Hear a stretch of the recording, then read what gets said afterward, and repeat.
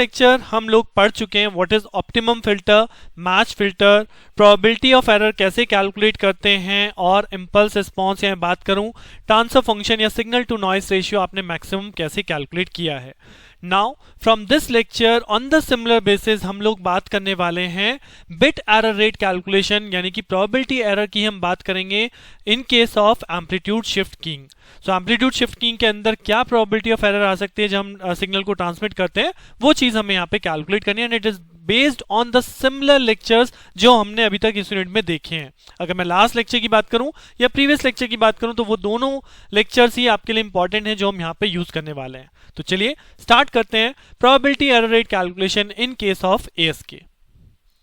सो इन ASK जैसा कि हम ऑलरेडी पढ़ चुके हैं कि ASK के अंदर जब हम बाइनरी 1 ट्रांसमिट करते हैं then the signal is represented by x1t is equal to under root of 2ps cos 2pi fct। हमने वहां पे पढ़ा था a cos 2pi fct। अगर आप a की वैल्यू को देखेंगे तो a क्या होता है, a is basically carrier amplitude carrier signal का a है, तो जहां पे पावर होती है that is given bye a²/2, तो हम यहाँ पे a को अंडर रूट ऑफ 2ps से भी रिप्रेजेंट करते थे, राइट। देन अगर हम बाइनरी 0 ट्रांसफर कर रहे हैं then in x2t that is equal as 0, because ASK में हमने पढ़ा था कि जब 1 है तो सिग्नल ट्रांसमिट होता है, अदरवाइज जब सिग्नल 0 है तो सिग्नल ट्रांसमिट नहीं होता, दैट इज 0। तो this is the part ASK जहां पे हमने पढ़ा था x1t एंड x2t सिग्नल क्या है। Now for calculation of probability of error हम लोग ऑलरेडी देख चुके हैं the general formula in case of optimum filter that is given by PE is equal to half of error function x01t minus x02t divide by 2√2 of sigma, जहां पे x01 minus x02 divide by sigma यानी signal to noise ratio maximum value होती है that is under integration of minus infinity xf mod square divide by SNIF df। अब अगर SNIF को हम यहाँ पे वाइड गॉसियन नॉइस ट्रीट करते हैं तो उसकी पावर स्पेक्ट्रल डेंसिटी हो जाती है दैट इज n0/2, और अगर n0/2 को यहाँ पे प्लेस कर दें तो this value is written as 2/n0 integration of this. And as per the last lecture हमने बताया था पार्सेवल थ्योरम, तो पार्सेवल थ्योरम के according this value is converted as integration of minus infinity x² dt। तो ultimately अगर मैं last 2 lecture का sum up यहाँ पे करूं सो बहुत जल्दी से आप लोग समझ जाएंगे कि दिस एरर ऑफ प्रोबेबिलिटी का फॉर्मूला और ये जो वैल्यू हमने लगाई है ये signal to noise ratio this is always calculated by this value 2/n0 0 to t integration x² dt। Now अब मुझे यहाँ पे क्या इंटीग्रेट करना है, मुझे यहाँ पे इंटीग्रेट करनी है इस xt की value. So what is the signal xt over here, अगर आप अभी तक देखेंगे तो xt हमने क्या पढ़ा है, xt is basically equal to x1t minus x2t। Now what is x2t over here, क्योंकि हम ASK कंसीडर कर रहे हैं और ASK के अंदर x2t की वैल्यू क्या है 0, तो basically this xt is equivalent to what, is equivalent to only x1t, यानी कि ये फॉर्मूला मेरा बन जाएगा 2/n0 integration 0 to t x1² dt,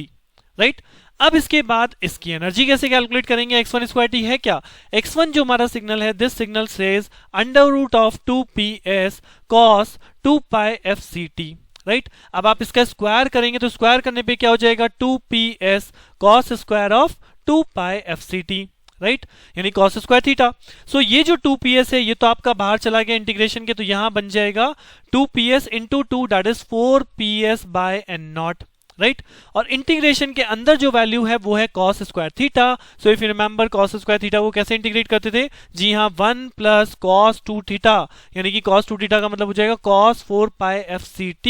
divided by 2, right. तो this is the value becomes like this. तो यहां से 2 से 2 आपका कैंसिल आउट हो गया, तब ये एक्सप्रेशन यहां पे बना हुआ है twice of ps divide by n0 integration. अब 1 का इंटीग्रेशन करेंगे तो 0 to t 1 का अलग, और दूसरा integration 0 to t cos 4pi fct dt। अब 1 का इंटीग्रेशन t हो गया बिकॉज यहां पे जब लिमिट लगाएंगे तो स्मॉल t पे लिमिट पुट होगी 0 to capital T, and cos theta का इंटीग्रेशन होता है sin of theta divide by 4pi fc। अब ये जो यहां पे इंटीग्रेशन है इसकी लिमिट क्या है 0 से लेके t, now this limit is 0 to t। Already हम पहले ही पढ़ चुके हैं कि अगर cos ऑफ 2 थीटा को आप एक कंप्लीट वैल्यू के लिए इंटीग्रेट करते हैं, कंप्लीट साइकिल के लिए इंटीग्रेट करते हैं, दिस इज ऑलवेज 0। क्यों, क्योंकि देखिए अभी आपने इंटीग्रेट किया cos का इंटीग्रेशन sin, और sin में इंटीग्रेशन करके वैल्यू क्या लगाओगे, एक बार आप लिमिट लगाओगे 0 से लेके t, तो एक बार हम यहाँ पे स्मॉल टी की जगह क्या पुट करेंगे, स्मॉल टी की जगह पुट करेंगे कैपिटल टी, तो ये बनेगा 4 pi F C into capital T, और this F C into T what, F C frequency है, टी टाइम पीरियड है, दोनों एक दूसरे के इनवर्सली होते हैं, तो दोनों एक दूसरे को क्या कर देंगे, कैंसिल आउट, तो दैट बिकम 1, तो साइन 4 पाई, और दूसरा जब आप जीरो रखेंगे तो अगेन साइन जीरो, तो साइन 4 पाई हो या साइन जीरो ही, दोनों केस में जीरो होता है, इसलिए इस इंटीग्रेशन की वैल्यू होती है जीरो, और अल्टीमेटली जो यहाँ पे आंसर बचेगा, जो यहाँ पे सॉल्यूशन बचेगा after this,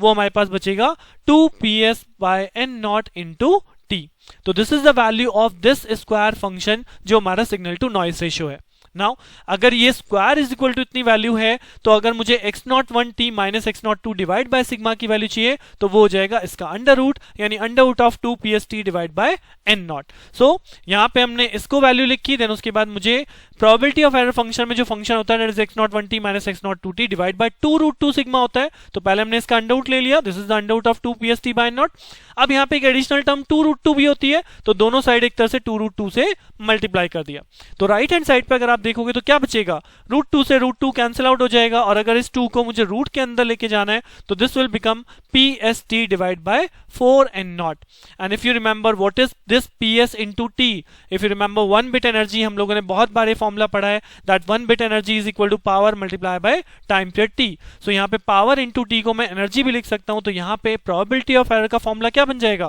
probability of error का फॉर्मूला बन जाएगा half of error function x01t minus x02 divide by 2√2 sigma. इसकी जगह आपने वैल्यू प्लेस करी, सो वैल्यू आ गई in dot of 2pst divide by 4n not, और इस pst को मैं एनर्जी से रिप्रेजेंट कर सकता हूं, तो मेरा फॉर्मूला ये भी लिखा जा सकता है, probability of error in case of ASK is equal to half error function under root of e by 4n naught. तो आई होप आपको प्रूफ समझ में आया होगा और बहुत इजी भी लगा होगा अगर आपने लास्ट के लेक्चर से अभी तक कंटिन्यूएशन बनाए रखा है, क्योंकि ये सारे लेक्चर्स ये जो यहाँ पे हम टेक्निक यूज कर रहे हैं, जो कॉन्सेप्ट यूज कर रहे हैं, वो मेथड पूरा का पूरा लास्ट के लेक्चर से ही बेस्ड है। और आगे भी अगर मैं इस लेक्चर की बात करूं तो यहाँ तक हम ASK ड्राइव कर चुके हैं, आगे हम नेक्स्ट लेक्चर में अभी PSK के ऊपर ड्राइव करेंगे और FSK के ऊपर ड्राइव करेंगे, वो भी इन्हीं सिमिलर बेसिस पे है किस तरह से प्रोबेबिलिटी ऑफ एरर कैलकुलेट किया जाता है। सो इस लेक्चर में यहीं तक रखते हैं, नेक्स्ट लेक्चर में आपके साथ मिलेंगे, तब तक के लिए आप इस मेथड की अच्छे से प्रैक्टिस कर लीजिए, सो दैट आपको नेक्स्ट लेक्चर भी उतने ही इजी लगे। तो stay tune with me, thank you.